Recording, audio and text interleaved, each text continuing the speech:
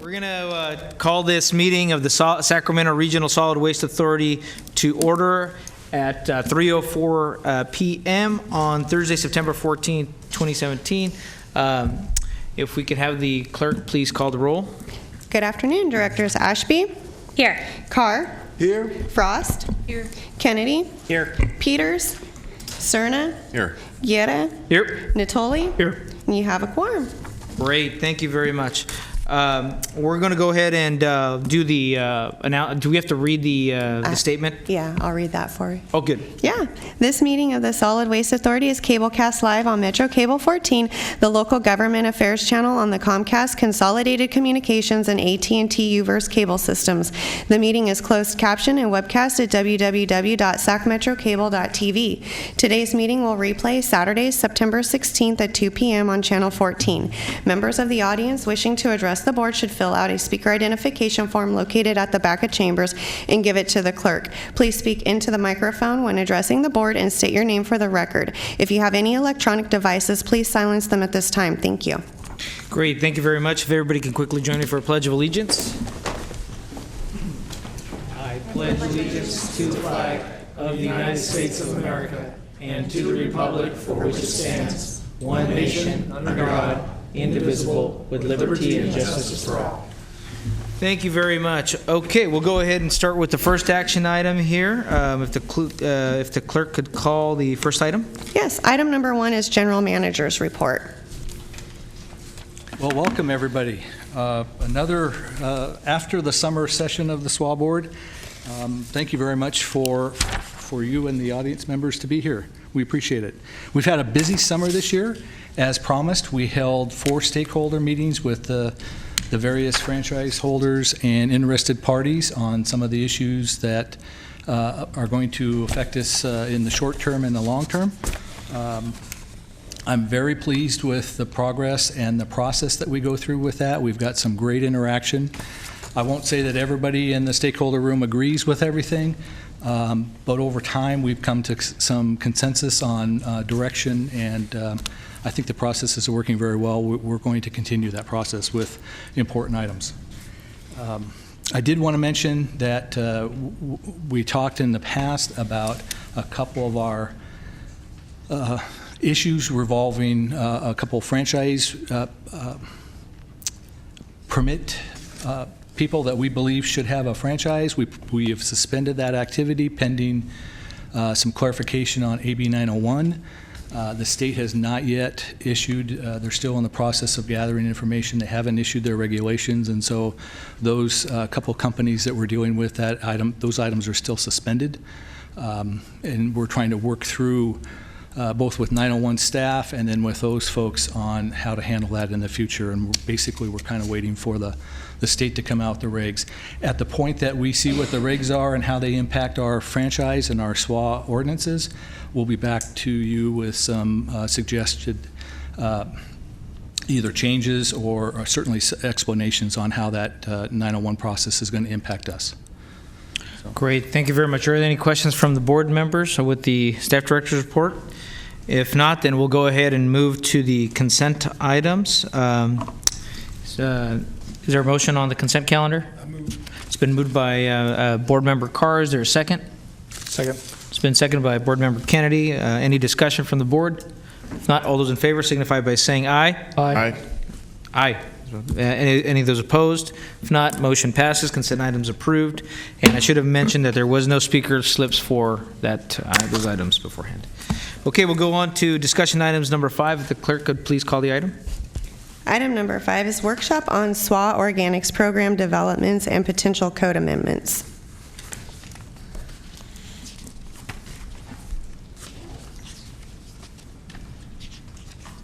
Thank you. Do I turn this on? I think I am on. Chairman, members of the board, my name is Dave Ghirardelli with the Solid Waste Authority staff. And the item number 5 in front of you is related to what Mr. Sloan just spoke to. It's about organics, specifically food waste. This is the biggest thing happening in waste management right now. There's been a flurry of legislation from the state level, and many of those pieces of legislation, although chartered, are in the administrative rule writing process. So the landscape is a little bit unfocused at this point, but we're trying to just make sure we stay ahead of the curve. The word revolution is used a little bit in hyperbole, I think, too much. That is not an understatement at this point. This is the current revolution in waste management, and I like to look at it in a historical context through a certain lens. We've had two revolutions in waste management in the last several decades. The first one is what I refer to as the RCRA revolution. That is the revolution that gave us the modern solid waste management system. Mandated collection on a weekly basis, containers and vehicles that are inspected, liners under landfills. The whole modern waste management system grows out of that, and it is designed to protect against the nuisances and the risks associated with managing solid waste, specifically the putrescible portion. Jump forward about 20 years and you have what I refer to as the recycling revolution. That is, wow, we're wasting a lot of stuff. Let's look inside that dumpster and see what we can't get out and put to better use. This third revolution, this organics revolution, is through that lens, kind of a collision of those two frameworks that grew out of that. We're now reaching into the garbage to get the garbage out. Garbage has a specific definition in both federal and state law, and that it is food waste. We have a garbage disposal under our kitchen sink. It's not for candy wrappers, it's for plate scrapings. The garbage we're trying to get out of the garbage is the very garbage that makes garbage garbage. It is the putrescible material. It is what poses the risks. And as waste managers, our first mission is to avoid and mitigate the risks associated with that putrescible material to human health and the environment. This is the putrescible material. As waste managers, we got our eye out for leaks, odors, and rats. Air emissions, water emissions, and vectors.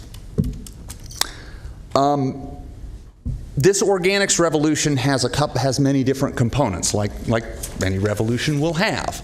On the one end, you've got the education component. As a matter of fact, recently the SWA partnered with the Sacramento News and Review and some other jurisdictions to come up with an 8-page insert that was in the paper very recently, rolling this out, giving some information. We're trying to lay the foundation and lay the groundwork for the education efforts in the future and the behavioral change that is coming. And I am confident that when we look back many years from now, it's going to be obvious.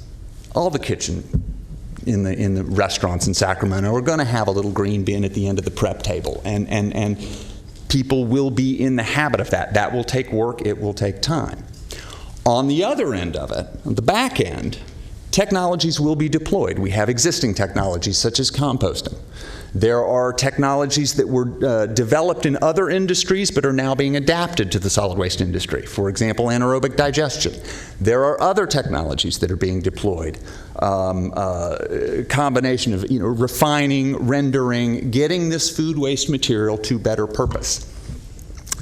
The part where we're dealing with today is that middle piece. It's the collection. How, and the biggest question is, what role the SWA will play with regulatory oversight. What sort of oversight role towards the collection of this material? We now have food waste being separated out from the garbage, or separating out from the rest of solid waste. How do we govern that collection? As the SWA implemented AB 1826, which was the food waste recycling rule. This is the businesses of us who generated a certain amount of food waste had to participate in a recycling program. Consistent with state law, we approached that with Ordinance 26 2 years ago, that food waste is solid waste, and collection of that would need a franchise. As we rolled that out, we encountered businesses who not just are innovators trying to get into this business and be part of the solution, but often had been doing this for years. Specifically, folks from the agricultural community, folks who take byproducts from food processing and collect that and get it back into an industrial system where it's mixed with other materials and, for example, turned into bagged food for animals. There are also innovators, folks who are taking food waste material from grocery stores and large food courts and processing it for primarily its liquid component to be used as a fertilizer. These folks they're square pegs and we have round holes. How do we approach this while balancing the two needs? Number one, promoting diversion. Number two, watching out for nuisances. That's our critical juncture.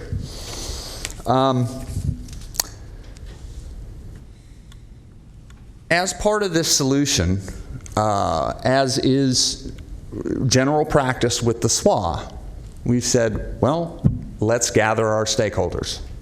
And that's what we did this summer. We had a series of 4 meetings inviting all those parties, both folks who participate in SWA programs as franchisees or as certified facilities, and folks who are both the innovators.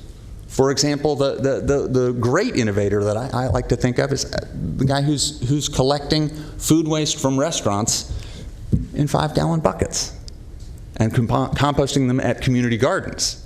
This is great. These are innovators. We want to see this, but how do we both encourage the diversion, but yet not also just create an explosion of potential nuisances? So we gathered them together, and we seek, as staff, some direction from the board how you see these two values balanced. And I hope you'll also accept a fair amount of input from the community, both currently regulated and potentially regulated. So I guess right now, after reading the staff report, if you have any questions for me, I'd be glad to answer them, and then we can turn it over to stakeholder input. Okay, thank you. I think what we'll do here is we have 2 items, 2 people from the public who've signed up to speak on this. We'll take them first, and then we'll see if we have any direction from the board from there. And I think we've had this conversation before, and a little bit of time to think about it. So we'll call up the first person. Thank you. Evan Edgar. And then the next person on the list is Gary Silva Jr. Gary Silva Jr. Board members, my name is Evan Edgar of Edgar Associates. I'm an engineer in town. I've been representing the compost industry for 25 years. I represent about 30 facilities statewide throughout California. I was a member of SWAC back in the 90s. I was part of Green Cycle on a first attempt in order to get compost in Sacramento County. But SWA has a huge lift. There's a lot of tons. Let's talk about tons. With SB 1383, Sacramento County-wide has to divert 75% of all organics by 2025 and have 15 years of processing capacity.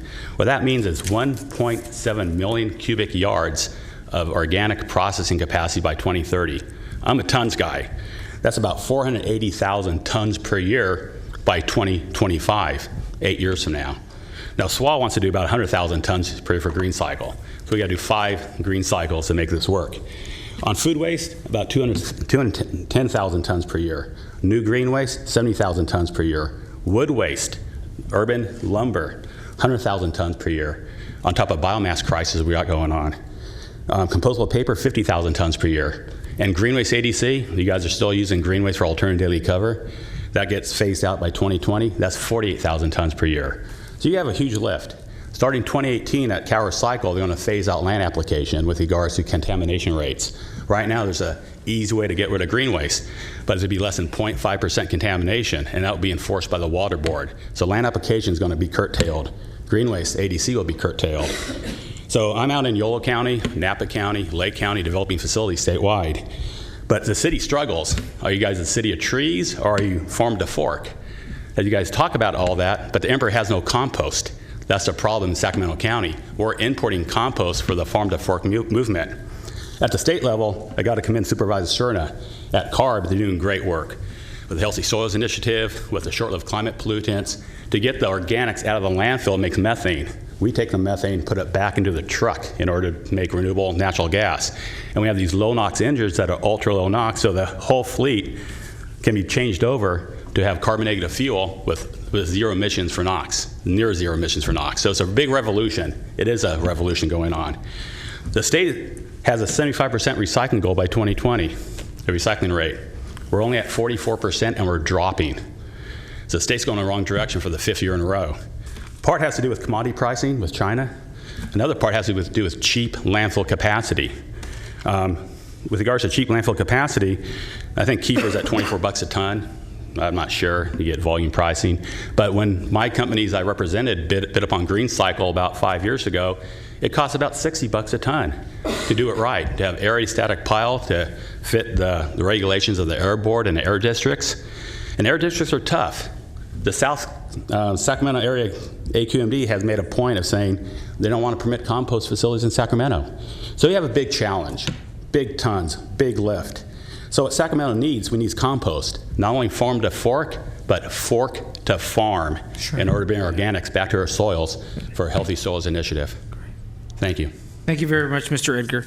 Okay, we're going to go with Gary Silva Jr.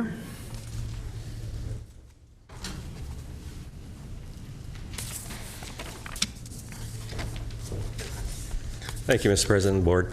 My name is Gary Silva. I'm one of the persons that got the notification of being in violation for hauling what we consider a byproduct. That's one of the things that we've been working with your staff, and they've done a great job in these workshop meetings to understand what we do, the process we've done. We've been in Sacramento County, it'll be 100 years next year farming here in Sacramento County. And basically what we do with a lot of different processors is we take the fruit, tomatoes, and feed it to our cattle, a product that never goes to a landfill, never has gone to a landfill. Been doing it, like I said, 50 years just in the last bit here in Sacramento, from Blue Diamond to G&H Food to, used to be Campbell Soup. We used to haul a lot out of there too. So my concern and things we've been working so well with your staff is the product we haul has never gone to a landfill.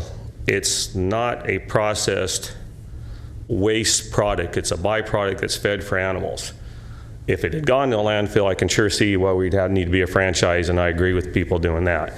But we never have done that and never intend to do that. And so on the presentations that we've been working with stakeholders, how do you as a board and interpret what Cal Recycle says and their definition versus what we do, and how we can all work together?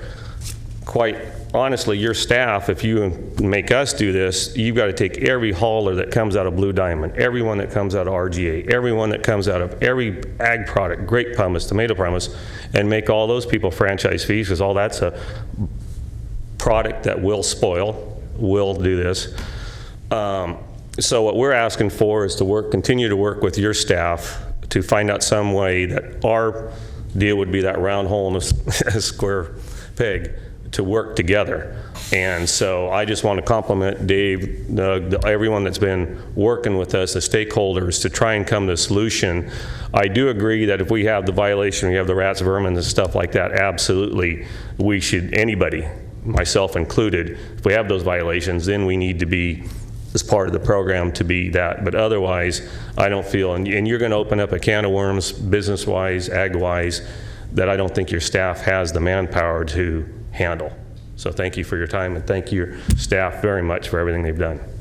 Great, thank you very much. I know we've got Board Member Natoli here wanting to speak, but just to put it into quick context, I think we're still in the regulation development of AB 901, so we have a lot of time still to come up. And if you could come up here, I know Board Member Natoli has some comments here. So we're basically in a holding pattern, but we're just getting feedback, correct?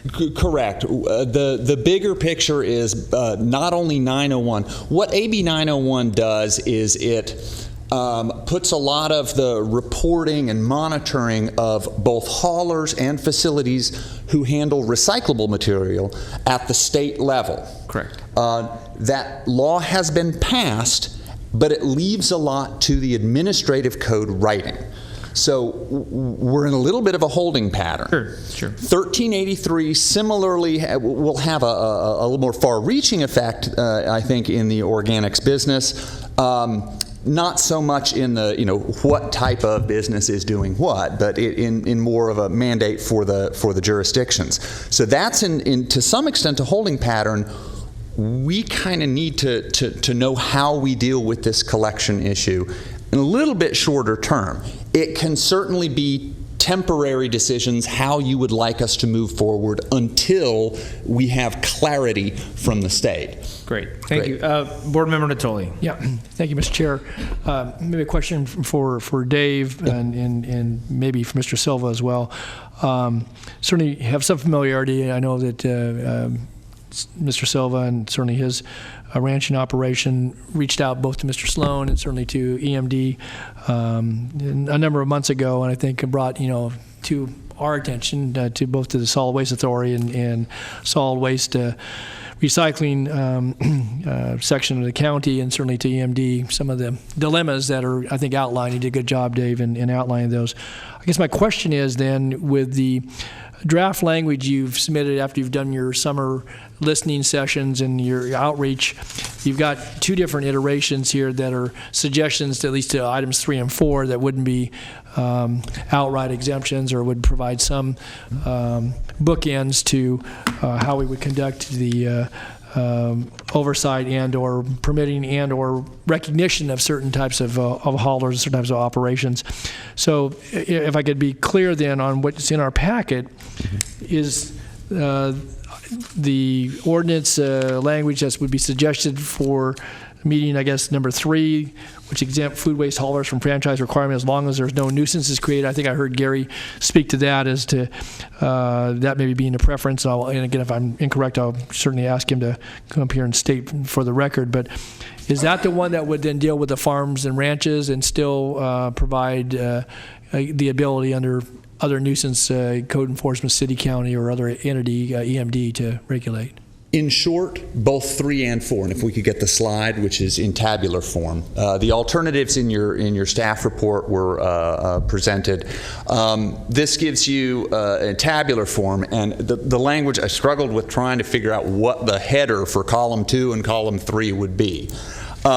In short, either one could conceivably work. Item 3, alternative 3, excuse me, would exempt the activity. You would be exempt from franchised hauling, from having to have a franchise if you hauled the food waste, avoiding the nuisances. Item 4 is something that came up in the stakeholder meeting. It similarly could do that. It would create. We have an existing putrescible organics certification program. Now that program is robust. That could conceivably be scaled down a little bit to some sort of registration program, and have facilities that are doing that, such as an agricultural operation like Mr. Silva, simply register, and they would be able to source material. So either of those two options, which are presented in this extremely draft, again, we are not asking for introduction of this ordinance. We have not. This is a workshop. These are just. But you're seeking draft direction, if I take it correctly, from this board, at least hearing from each of us individually, if not collectively. Right. Yeah. So David, let me ask then, what from a staff perspective, and again, I am going to ask Mr. Silva to come up and weigh in on this as well, if I could, Mr. Chair. But from a staff perspective, either one would work. The difference I see in your chart that's up on the screen, under number 4, you say difficult to administer. You don't say that about number 3. Correct. And again, I apologize. I struggled with the headings for those for column 2 and 3. Column 2 it tends to be how it would, what the impact on those two performances were after, avoiding nuisances and promoting diversion. Column 3, kind of the implementation impact is, well, how is this going to work? What are the difficulties we're going to encounter making this work, both on staff perspective as well as the business community. Because again, one of the real gems that we have in Sacramento here is a vibrant competitive system. So how would it conceivably affect businesses? The reason why I added or offered for your consideration difficulty to administer is that we have this certification program, which currently we have 1 composting facility and 2 anaerobic digesters participating in that. If we were to it's a voluntary program. It is relatively simple to administer. But if we were to create a registration program, we're creating another program. It's another whole list of businesses, and we're talking, food processors, bagged animal feed manufacturers, agricultural operations. We could do it, but it would be another administrative But number 3 exercise. is the simplest then. It still gives us the ability to deal with nuisances, no different than 4. Doesn't require a registration program. And again, if there are some particular issues that arise out of that, we can deal with them either individually or collectively under an ordinance at some future date. Is that accurate? Might be a little more difficult to administer, to avoid nuisances, but I think the difference would be marginal. Okay. With item number 3, it might be a little bit more, because you don't have a list of parties that are accountable to Okay. you. You're responding to situations that may arise. Okay. If I could, Mr. Marginally. Could I have Mr. Silva? I just want to ask him what he talked about it. Mr. Silva, if you could come up here real Yeah. quick. Thanks. And then I do have Mr. Carr on the speakers list here. So Gary, certainly you're reflective of the farming ranch community, and so on this, of the 2 options that are presented to this board for at least some additional dialogue, would yours be 3 or 4 as far as a preference? I think I heard you state 3, but I want to be clear. I thought 3 was very, very good. I'm concerned with what they keep presenting all the time about making sure someone doesn't come in, take this stuff away from a processor, leak out all over the streets, get the rats, things like that. That's the last thing we want to see in agriculture on our part. I don't want to be on the ag alert of having stuff, do that, that's for sure. So I think 3's fine, 4's fine. I think that overall both would work. Okay. So agriculture committee, everyone I've talked to said both would work with them also. So. All right. Thanks, Gary. Appreciate it. Okay. Thanks, Mr. Chair. Thank you. Thank you, Board Member Tully. Mr. Board Member Carr. Yes, thank you, Mr. Chair. So we're not going to take any action until the new bill is passed. No. You are asking us to give you guidance on what you should do in the interim, Correct. and you have presented 5 alternatives. Mm-hmm. And what is the staff recommendation and why? We do not have a recommendation at this point. We are presenting some alternatives, looking for some direction. I think when we put the 5 alternatives together, the first 2 are, one of the exercises we like to go through with our stakeholders is let's put all kinds of options on the table, even if they're a little far-fetched. Because if for no other purpose, articulating why they are far-fetched or why they're problematic and not going to work helps you really understand the underlying value set. So first 2, leave as is, or just redefine food waste as like we do bottles and cans and take a very hands-off approach are a little on the far-fetched side. Item 5 came up in conversation, but after discussions with county council, you run the risk of being arbitrary. You're in effect regulating, if you just choose a point in time where folks before this are exempt, folks after this have to get into, you could end up finding the exact same business practice being regulated under different regimes. Somewhat problematic. So 3 and 4 have certainly emerged as the most viable options, and they could be done in some sort of interim fashion while we wait until the final word comes out from the administrative code writing exercise at the state, which CalRecycle is currently doing, primarily for AB 901, AB 1383, it has to be 1383, may impact this, but 901 should clarify things. So some sort of guidance. Continue to work with stakeholders to refine whether to use item alternative 3 or 4, or if the board has a consensus, we can go with that. Very good. Okay, So Mr. Carr. you want us to tell you which one of these you should pursue? Yep. That would be great. That would provide a lot of guidance for staff. We'd like to You don't hear have, from... and you've been working this all this time, and you don't have a recommendation for us, and you want us to pick one of these to pursue? Well, these are the two Or most two to viable pursue. options that emerged from the stakeholder engagement process. 3 and 4. Yeah, 3 and 4. We'd love to hear from, I personally would have hoped that some other stakeholders, they were certainly willing to speak frankly with us during the sessions. Wish some others had been willing to participate and come up to the podium, but we'd love to hear your input. Great. Okay, is that Mr. Carr was? Yeah. Perhaps. I'll go here to Board Member Cerna. Okay, thank you, Mr. Chair. Forgive me if this has already been addressed, but just to be clear, the term nuisance here, is it being used to suggest addressing nuisances at the source point, or at both the source point and the process point? At the source point. Okay, because I know that certainly my office and perhaps some other district offices, both city and county, have had to deal with some nuisance issues on the air quality side in terms of the processing and the methane that comes from the processing. So do any of these alternatives attempt to address that? They do not. Remember from the introduction, what this discussion here is not about the education component nor the facility recycling component. This is how the SWA, and the SWA as its initial and primary function was a body to govern the collection and transportation of solid waste. It's the leaks, odors, and rats that we might encounter in the alleyway, at the dumpster, in the truck, it's that collection component. Okay. Knowing what I do so far about the alternatives that have been laid out, I'm since you are seeking direction on trying to narrow the list of alternatives, for what it's worth, Mr. Chair, I'd say alternative 3 is the alternative I'm most inclined to support at this point.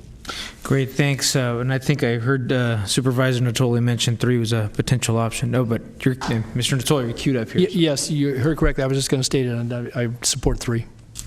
Good. And I think we're hearing 3. Ms. Frost? I have the impression, though, from some of the public statement that the franchisees or business owners would like to work through this a little bit more. Is that, did I misunderstand that, or did I misunderstand that? No, I have think a sense that they're asking for us to work through these solutions a little more completely. And perhaps I can address Mr. Carr's request a little more directly. As it stands right now, item 1, leaving it as is, it really doesn't accomplish what we need. We have a couple people that we think should be, by current definition, should be required to have franchises. We've come to learn that the process that they have, they may not fit real well with this, and we put their action on hold as we've worked through these issues. So yes, there are businesses that would like us to continue working with them. We have this overriding, so we don't want to violate the SWA ordinance and codes, because we have these folks on perpetual suspension. So in my mind, addressing items either 3 or 4 or both would help us get the issues with Mr. Silva and a couple of the others to a better place so that we can continue to work with them. But in the big picture, 901 and the reporting, there's several different scenarios that could come out of that. One is that all the activity that, for example, Mr. Silva does might have to be reported to the state under 901. It might not be part of a franchise that the SWA would have, but based on the conversation that I had with Cal Recycle staff earlier, he probably would be required, based on that meeting, to register with them and report to them. There will be a lot of businesses that will be in that same position. All we're trying to do right now is get a little bit of direction in terms of the 2 or 3 that we have on suspension. Again, all the alternatives up there, I would recommend not leaving it as is and adopting, for example, 3 and/or 4, so that we can continue on with the program and continue on the dialogue. I will say that part of the benefit of adding the stakeholders, Mr. Silva is involved with the Cattlemen's Association and the California Farm Bureau. Those are organizations that this really, I don't think, was on the radar screen until he's raised it with those organizations, and I'm looking for a lot of feedback at the state level from their organization to help with the 901, and that'll provide clarity for us. Okay, so if I can provide some, it looks like we have a couple board members here, also comment from the public that 3 is acceptable. Unless there's any other objection to that, I guess without needing a motion here, you're needing some guidance. It looks like there's a comfort level of going with number 3. This is going to come back, we're going to hear it in October or whenever AB 109 comes anyway. So for now, does that give you enough direction to go with number 3? Absolutely. Is there any objections from the board? If not, then I think you've got your direction. We won't take a motion on this, but now you've got some guidance. Thank you. Thank you very much. Okay, we'll go on to the next item. If the clerk could please read the next item. Item number 6, workshop on franchisee diversion performance in rural areas.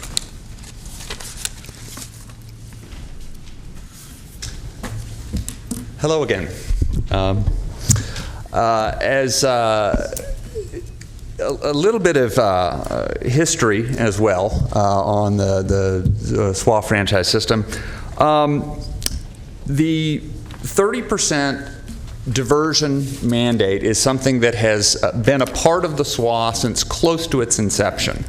Early on, around in 2000, it was required that franchisees divert 30% of the material they handle by ton. The world was a fair amount different there. We did not have the same level of business activity in the exclusively recycling business. Franchisees struggled with this, so it was suspended in 2007. The industry matured in that time. More and more generators of waste got on board. The recycling mentality matured. More people were interested in doing it.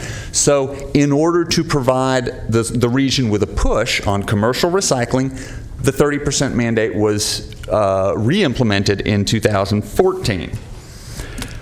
There are several dynamics at play in addition to this influx of businesses who do exclusively recycling, who in effect pull some of this tonnage away from our franchisees. One of the dynamics that we have encountered, generally speaking, the franchisees have been able to meet this. There is specifically, they get a lot of mileage out of the construction and demolition debris program. Those facilities are certified at a significant diversion rate, so in order to get themselves up and over 30, they can divert more open top or roll off construction debris type tonnage to those facilities. We have one facility who, for a number of reasons, is a victim of the math. They operate primarily in the southern part of the county. They've had trouble meeting the 30% because of several factors. One, their generators, their customers, their clientele tend to be small businesses that are generating small amounts of waste. So the businesses are not, as small generators, subject to recycling requirements, as well as the fact that in rural areas, it is hard to build what's called route density, to get a significant number of clients close enough to a recycling facility. From a service provision standpoint, we've had absolutely no problems with this franchisee. We have no complaints about missed service, late service, unmarked containers, leaks, odors, and rats. We have not had service provision problems from this franchisee. By every other measure, they're a good franchisee, but they consistently were unable to meet the 30%. They engaged with staff. And we decided to, as we did with the other topic, bring this, because if we're going to try to accommodate any hauler in a competitive system, we can't just do that for one. This has to be vetted through the entire community. So we had, again, through this series of stakeholder meetings, we discussed this openly and frankly with our other franchisees and discussed a number of alternatives. At the end of this stakeholder process, one solution did emerge that appears to have consensus. The staff report doesn't really dial into this. This happened actually with some phone calls after the staff report had been written. So, Amanda, if I could get the slide number 2. What appears to be emerging as an acceptable solution to this problem would be an exclusion zone that all franchisees, rural exclusion zone that all franchisees would be able to take advantage of. Clearly, the franchisee that holds a higher proportion of their business in this area would benefit a little bit more. But we feel this is a viable solution. And a couple of points to make. Number one is that this would not be an exemption from the recycling requirement for businesses located here. This potential exclusion zone is purely a function of the franchisee's math. The state requires businesses that generate over a certain level of solid waste have to have a recycling program. The SWA cannot just overrule that. So businesses that are large generators down in this area would still have to have a recycling program, but the one franchisee who does a large portion of their business in this area, as well as other franchisees, would simply be able to take that tonnage off of both the numerator and the denominator when doing their math for the swap. Okay, all right. So everybody's equal then? Yes. Okay, good. And question, we do have one person from the public here that's willing to speak, and that is Mr. Jack Fiore.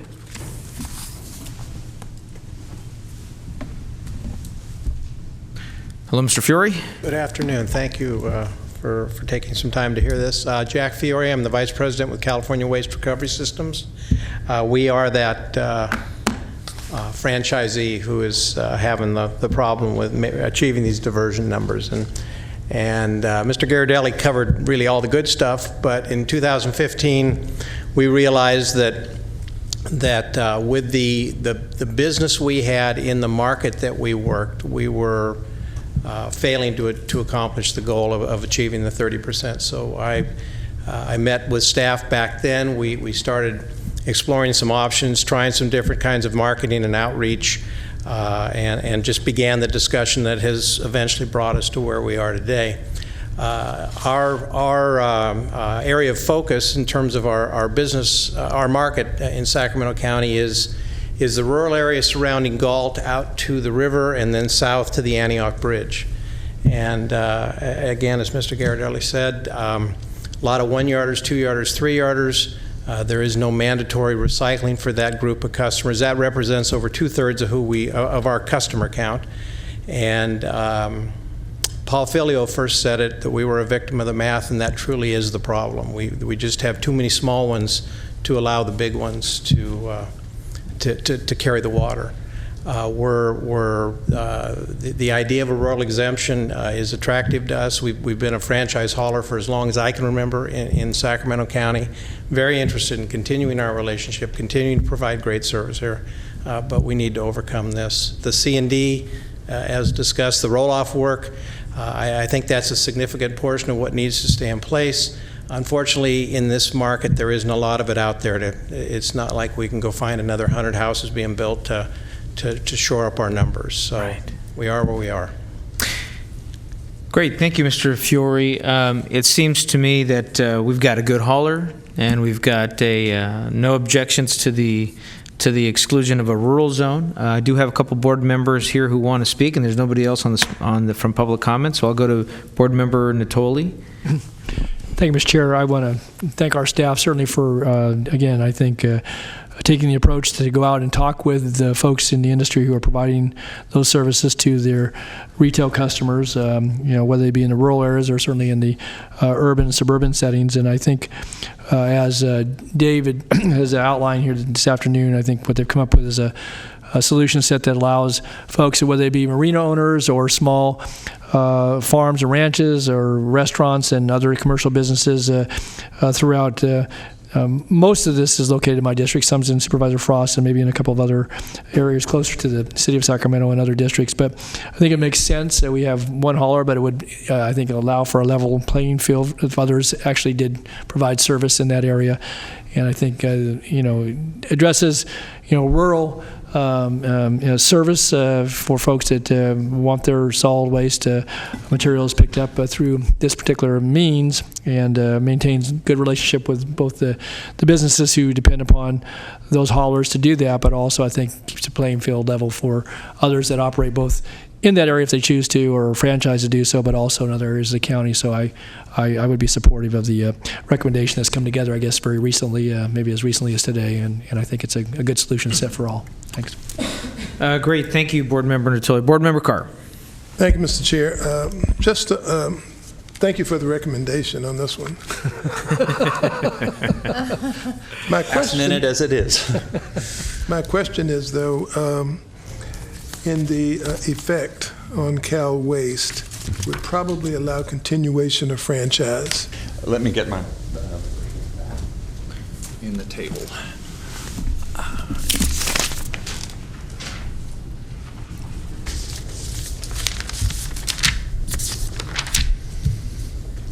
So I'm focusing on the word probably.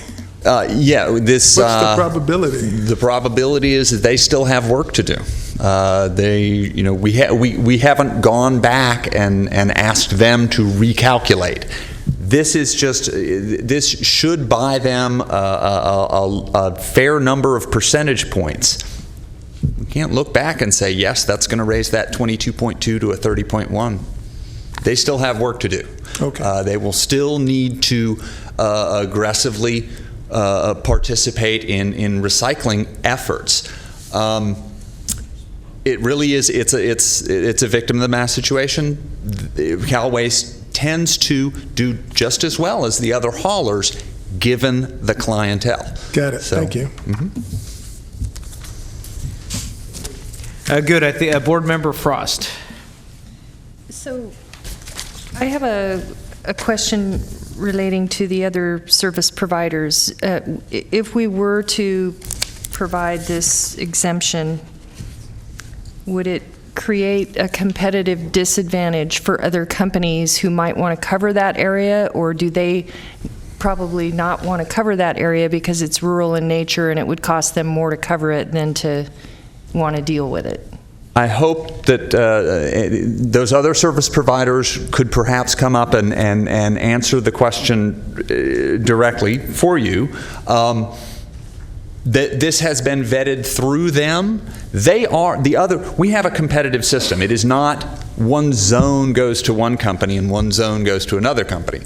All of the haulers are active in this southern area. One of them, Cal Waste specifically, is more present there than others. This exclusion zone, every franchisee would be able to participate in. The difference is a franchisee who focuses on this area because of their home base down in the southern area, it might be, 50-60% of their business. Another hauler who might be much larger and does a whole lot of business in the more built-up areas of the city of Sacramento and in the county up Arden Arcade Way, they might have a whole lot of business there. They'll still get it to take advantage of this exclusion, but it's a small portion of their business. So it does not. Every franchisee would be able to take advantage of this. So every franchisee who's operating in that geographic area calculates their waste with the same. Correct. Right. It would just be exactly. It would just be a smaller proportion of a different haulers. And so so the consensus among all of them, you're telling me, is that they're good with this. This could help all of them. This is what I hear from the franchisees. Again, I hope that they would be willing to come up and talk. They're giving me thumbs up out there, I think. Okay. Some of I them can't are. see the thumbs out of the back. Okay. Okay, there we go. All right. Yes. If I could just clarify a couple of things. So if in general, the big three haulers are located in the Florin Road, Fruit Ridge area. And so for them to send trucks all the way down the very South County gets Costs more expensive. It's a money. lot of windshield time. California Waste Recovery is based out of Galt. And so they're already in the South County, so that's where they have the majority. Having been in the business before, running a roll-off truck down to the area is not as big a deal, but if you're running a front loader that's picking up 2 yards, it's a long ways to go on windshield time, very costly. And so the benefit to this is that all the area in the blue, there will be more competition up around Elk Grove area and the southern part of Bradshaw area and those kind of things, so there's a lot more competition, but going all the way down the South County is really a decision the haulers have to make in terms of how much it's going to cost them. Great. And we do have Mr. Lean, Mike Lean, who I think would like to comment on this, and he's down in that area we're talking about. Yes, I am. Mike Lean, L&D Landfill. Good afternoon. I wasn't going to speak to this, but, and we're not a hauler, but we are a construction demolition processor. We're the largest one in the region. And I can't speak to it from our perspective. And it struck me that it would make some sense to at least stand up. Thanks for letting me get outside of the public hearing. The key from our perspective is if you roll things back to originally the 30% franchise requirement of recycling was put in place in the early 2000s. In 2008, we made a commitment, early 2008, we made a commitment to spend about $1 million to build a C&D processing line, which we did. We then late in 2008, the county came in and, for reasons I won't get into, made a decision to quit enforcing the 30%. In 2014, the county put that back in place. Within about 3 months of the first fines coming out for people not being compliant, our operation would have been, which had been operating at 50% of capacity, was operating at 100% of capacity, and we've been operating at capacity since for about 2 years now. And this will not affect us because the key to it is have this be front-end loader stuff. And most of the processing that we do is from either small independent haulers who are building houses, doing remodeling, those sorts of things, or from the drop boxes that are hauled. And that's the key to this legislation in our opinion. And it's not just our opinion, I think it's the key of the group. I think the haulers see it the same way. Here again, they're here and they'll either nod or speak up, or if they don't, I think their silence will prove where they're coming from. But the key to this is that I think all of us see that that it does bring a level of fairness to particularly Cal Waste. It doesn't preclude any of the other haulers from going in and competing with Cal Waste to getting into that marketplace. As a matter of fact, it gives them an incentive to go in because they're actually in a position to where it won't be a negative to their recycling, as opposed to today, it would be a negative to their recycling that they would need to factor in. And so with that, I'd be pleased to answer any questions, but I thought it would make some sense to add that in. Thank you, Mr. Lean. Appreciate that. Thank you. Well, it seems like I think you're looking for direction. You had support there from Board Member Natoli. Again, there's no objections here from the public. So unless there's objections from the board, I think you're going with creating the rural exclusion zone is the direction you can receive from this board. Okay. Okay, good. Thank you. We'll go on and move on to item number 7. If the clerk could please call that item. Adoption of fiscal year 2017-2018 final budget. Okay, so we're at budget time again, and if there are any motions or discussions from the board? Is there a presentation on the budget? If not, then we We're will. prepared to answer questions. I would point out a couple things. Last year in the budget, we had some programs in there. We had $400,000 for the incentive to try and get people to divert some of their material early before the requirement in, I think it's January of 2019. 2019. That program, we put a lot of money into it. We weren't sure at the time, and we just didn't get a lot of participation in as much as we thought in the program. And so in this fiscal year, there was excess money at the end of the year. And from a budgeting standpoint, we have the budget for the year that you approve. We go through the year, and whatever there are calculated amounts in terms of what we're going to send back to the respective general funds that's split approximately 50-50. We true that up before the end of the year as part of the year-end process. And this year we had some extra money that we sent to both the city and the county.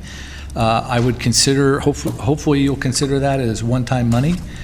We can't guarantee when we true that up that it's going to show up every year. When you consider that we put money in the budget, if, for example, if we have staff slated for the whole year and they're not here for half a year, there's salary savings, those are the kind of things that add up at the end of the year, and we make that adjustment. And so both of the respective entities receive some extra money at the end of the year. Great, thank you. Well, I'd like to actually, Supervisor Cerna. Yeah, just real quick, you made mention of the delta in the amount of franchise fee distribution going to both the city and the county being fairly, a pretty sizable difference in terms of the adopted or the amended budget versus our proposed budget versus final budget, to the tune, in the county's case, of about $1 million. So in the staff report, it's attributable to, I think the phrase is just economic activity. If it's a one-time occurrence, what is there any particular economic activity that you can point to that we shouldn't count on in the future for the change? Well, on the economic activity, you have the franchise fees based on what the haulers charge, and so if you have more businesses, they're picking up more garbage, they're billing out more, and that's the revenue side of the equation. And I think I'm thinking was $400,000 or $500,000 that we didn't expect to see. And then you combine it with reduced costs, and that's how you end up with it's a combination of both. But there were some assumptions that went into the proposed budget that, it sounds to me like we're rightfully staying conservative with those assumptions. We traditionally have been conservative in our revenue budgeting approach with the SWA. Okay. But you're kind of giving us some forewarning that we shouldn't become accustomed to not checks this large at the end of the year. Okay, that's great. And honestly, I'm sorry, I can't tell you what would be a normal year-end adjustment, but it's never been this big. Okay. Yeah. Thank you. Yeah, and so what I'd like to do here is ask for a motion, but again, this is a pretty large, substantial one-time fee. And given the fact that in the last board meetings, we've heard a lot about trash along the commercial corridors, particularly a lot with the issue of also the homeless and other illegal dumping that's been happening. What I'd like to do is figure out how do we use that delta, the one-time unexpected fee, to make sure that we combat that issue. And I think Supervisor Cerna might have a little more history on the fee itself and what this board's actions had been. But if maybe what I'd like to do is ask for a motion that approves this budget, but with the direction to come back on how we could use this delta for both the city and the county to tackle that specific issue of looking at our commercial corridors, maybe working with the business improvement districts to help them achieve the cleanup and the illegal blight, the illegal dumping and blight that's been happening in our corridors. Okay.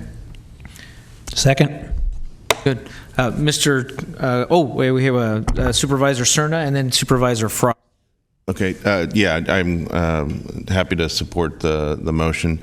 And while we just heard the explanation about this this particular final budget showing a much more positive collection of revenue associated with the franchise fee for both the city and county, that's true. It's due to economic activity, but it's also a function of the rate, and the rate is what I think Mr. Guerra was referencing in terms of some of my background and other directors when we did make a decision a few years back to increase the rate. So at that time, there was a robust discussion about justification for that, and at the time, what directors were interested in seeing that revenue being used towards, which is congruent with what the motion is, which is to perhaps level a more aggressive campaign to deal with illegal dumping and trash along our commercial corridors. So I just wanted to kind of connect those dots, and I think it's an appropriate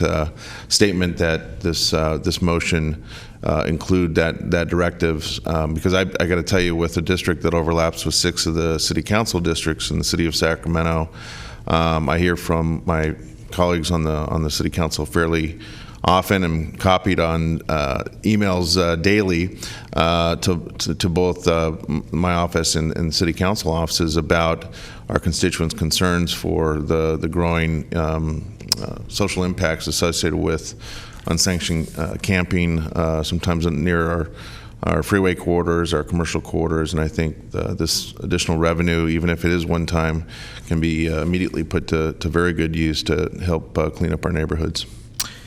Very good. Supervisor Frost. I wanted to ask where the one-time fee has been spent in the past. This block of money, by the way, thank you for that, board. But in the past, have you just evaluated this on an annual basis as to where your needs are and where you might allocate those funds?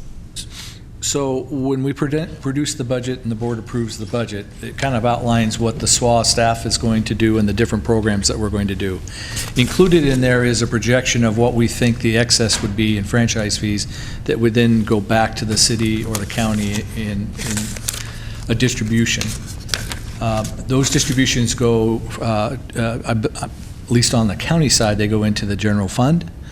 And I know at one point there was a direction at the county level that they went into specific programs, and then that direction changed, and so I believe it goes into the general fund today to be used at the discretion of the board or the city council. Once it goes to the city and the council, it's out of the SWA's control. And so if an entity wanted to earmark the funds for specific things, and I think the city, and I know the county at some point in the past has done that, that's entirely up to them. So it doesn't go to replacing equipment or infrastructure or new programs or... Those things we would budget for, and we would, if they increase the cost, we would reduce the distribution to the entities accordingly. So then when you refer to one-time fee, you're referring to, it's going to them annually anyway, at their discretion is what you're saying. Is that correct? Well, sorry, my phraseology. The distribution this year at the end of the year was much larger than in the past. And so if people were used to a $200,000 distribution and all of a sudden and I don't know what that number was, but now we jumped it up to $1 million each, that difference is what I'm saying is the one-time money. Okay, what you're saying is don't count on it being that amount, but you can do whatever you want with it, but don't count on that amount. Right. Okay. This was an extraordinary year. We had just the perfect scenario where revenue was up, expenses were way down. We got to the end of the year. So on an annual basis, the city and county can decide what they want to do with it anyway. It doesn't matter what this board says. Correct. Okay. And in here, we do have a projection of what we think we're going to send on a 12-month basis out to the different entities. Okay, great. Thank you. Supervisor Cerna. Thanks.